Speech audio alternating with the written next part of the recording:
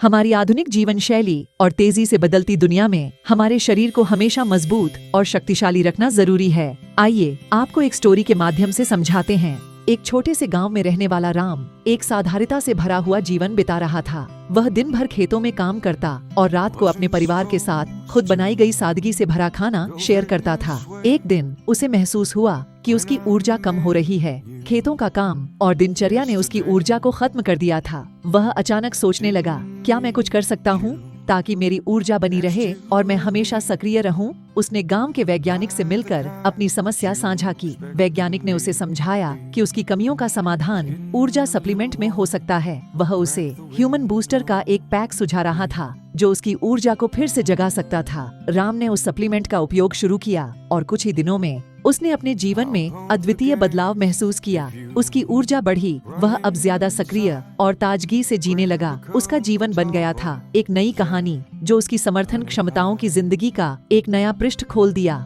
इस कहानी से हमें यह सीखने को मिलता है कि कभी कभी हमें अपनी कमियों को सही करने के लिए सहारा लेना चाहिए ताकि हम जीवन को पूरी तरह से और ऊर्जित तरीके से जी सकें। ह्यूमन बूस्टर जैसे समृद्धि के साथ उत्कृष्टता के साधनों का उपयोग करके हम अपने जीवन को सुधार सकते हैं और एक नई शुरुआत कर सकते हैं।